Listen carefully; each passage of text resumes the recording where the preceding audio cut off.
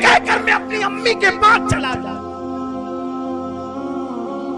آج ہمیں اس چہرے کا احساس نہیں ہے، اس چہرے کا خیال نہیں ہے، لیکن یاد رکھنا جب یہ چہرہ گم ہوگا، قبر کی مٹی کے نیچے دفن ہوگا، اس وقت تم اس چہرے کو ترس جاؤ گے، ڈھونڈو گے۔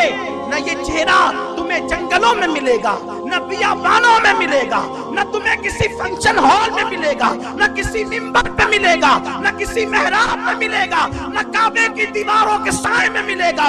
عرفات کے نظارے تو ہوں گے لیکن ماں کا چہرہ نہ ہوگا، مینا کی بہاریں تو ہوگی، ماں کا چہرہ نہ ہوگا، نکلتا ہوا چاند تو ہوگا، ماں کا چہرہ نہ ہوگا، افق پر سورج تو ہوگا، ماں کا چہرہ نہ ہوگا، قرآن کا مصحف تو ہوگا، ماں کا چہرہ نہ ہوگا، سب ہوں گے، ماں کا چہرہ نہ ہوگا۔ لیکن اس وقت تم ڈھونڈو گے اور تم اپنے آپ کو محروم تصور کرو گے۔ ماں کا چہرہ پوری کائنات کی دولت دے کر بھی تم حاصل کرنا چاہو گے تو تمہیں نہ مل سکے گا۔ اس وقت تم راتوں کو گڑ گڑا کے دعا کرو گے، میرے اللہ اتنا تو احسان کر دے، وہ چہرہ ایک مرتبہ خواب میں دکھا دے۔ ماں باپ کے ساتھ بغاوت کرنے والوں، شاید تمہیں وہ بھی نصیب نہ ہوگا۔ آج ماں باپ کا احساس نہیں، ماں باپ سے محبتوں کا ماحول نہیں ہے۔ آؤ اپنے ماں باپ کے ساتھ تجدید وفا کریں۔ آج کے نوجوان لڑکے 3-2 بجے تک انٹرنیٹ پر بیٹھ کر موبائل کھیلتے، گیم کھیلتے ہیں۔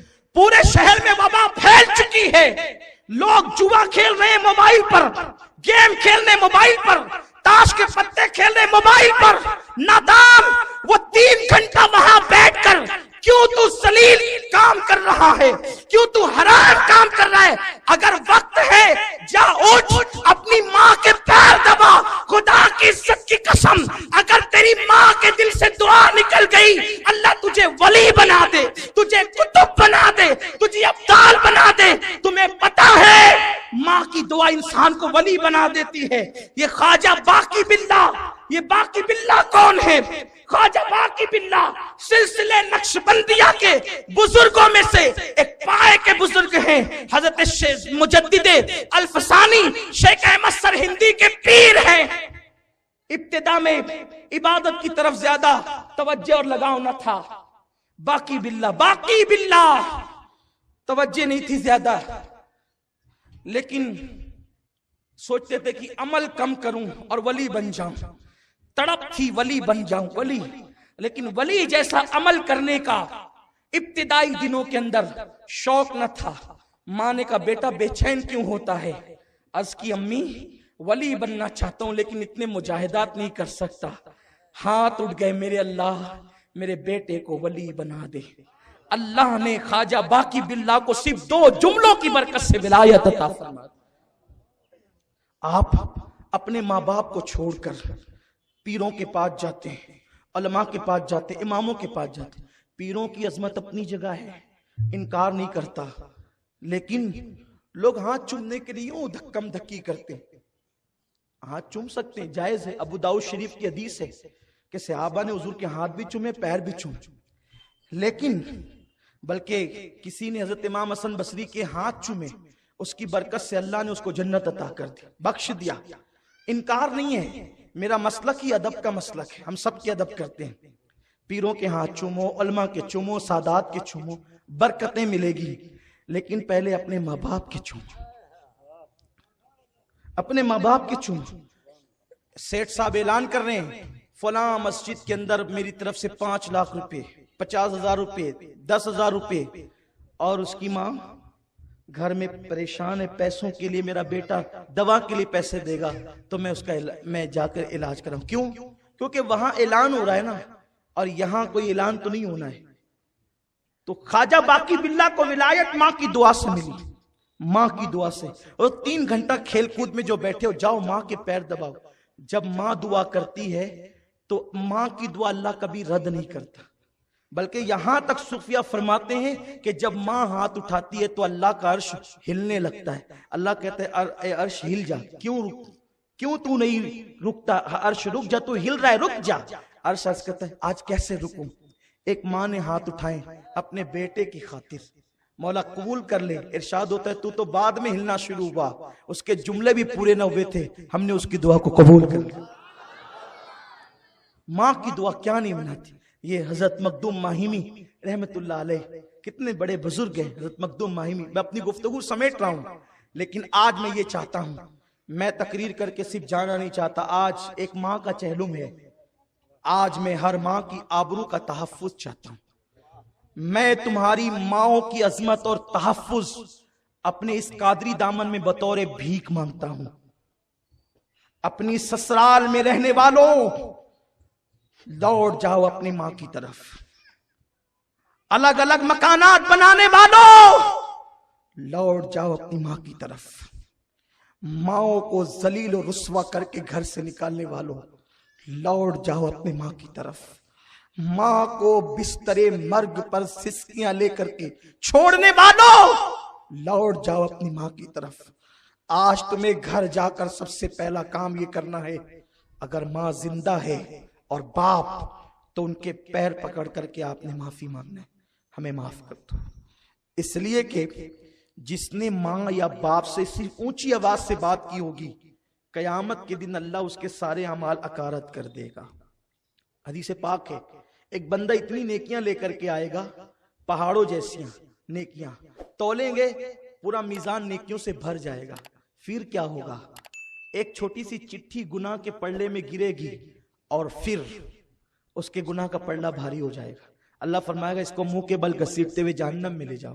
اور بندہ کہے گا میں جہنم میں جانے تیار ہوں میرے اللہ, لیکن بتا دے وہ چھوٹا سا کون سا گناہ تھا.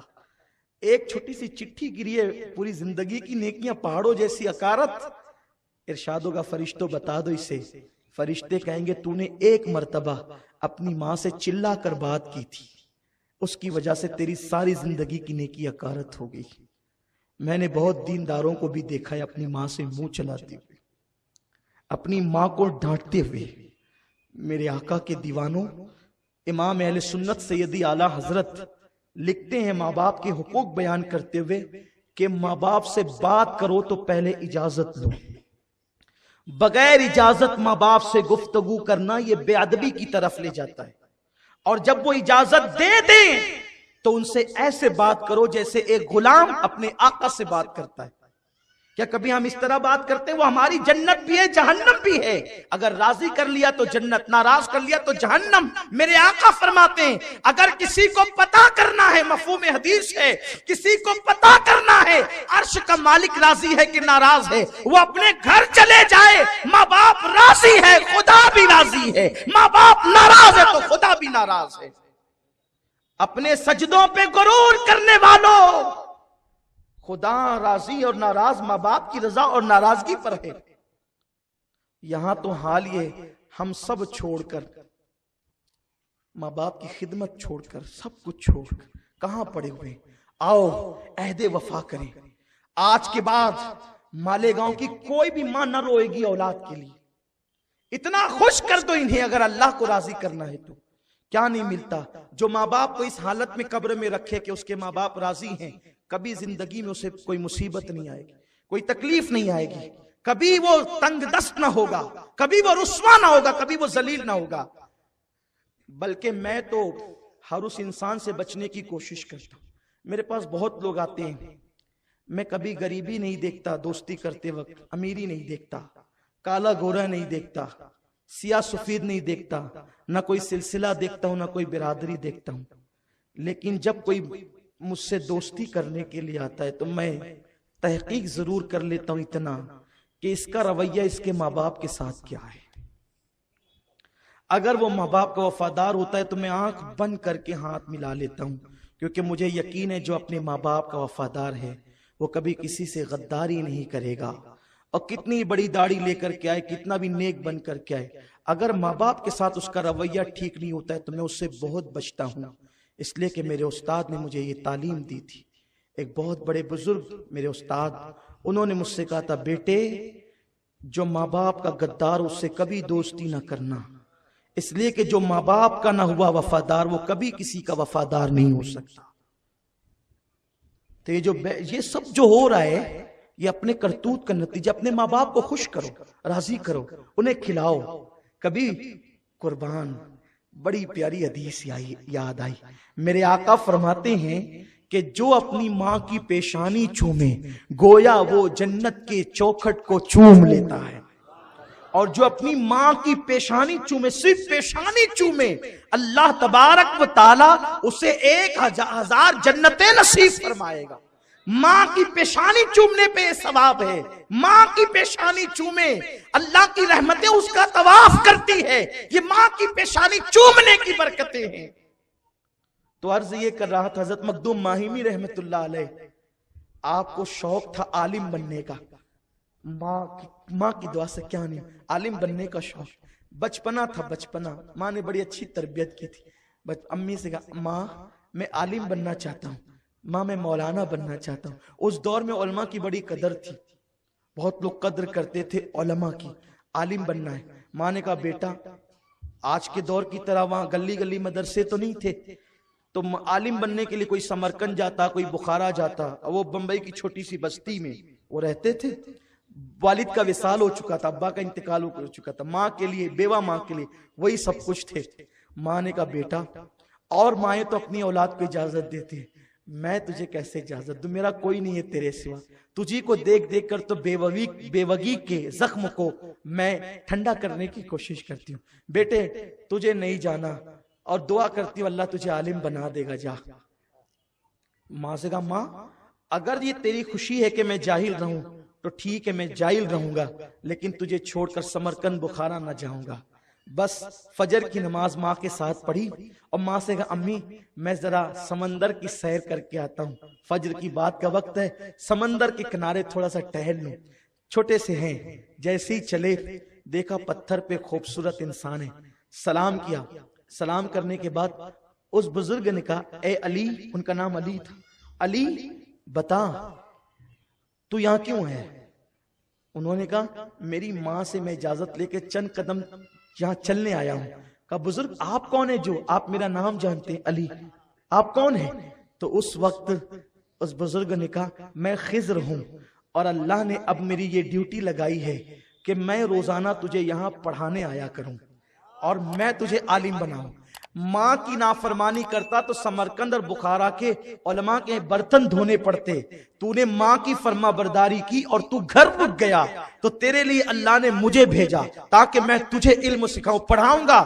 لیکن ایک وعدہ کر، کسی کو نہیں بتانا کہ میں تجھے پڑھاتا ہوں، کسی کو نہیں. کہا ٹھیک ہے، کسی کو نہیں بتاؤں گا کہ آپ مجھے پڑھاتے ہیں.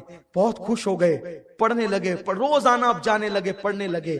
ایک دن ماں نے کہا علی بیٹے تو اتنی دیر تک کے جاتا ہے پھر واپس آتا ہے، کرتا کیا ہے تو؟ سوچنے لگے خضر نے تو مجھ سے وعدہ لیا تھا کسی کو بتانا نہیں، اگر بتاؤ گے تو دوسرے دن سے میں تمہیں پڑھانے نہیں آؤں گا.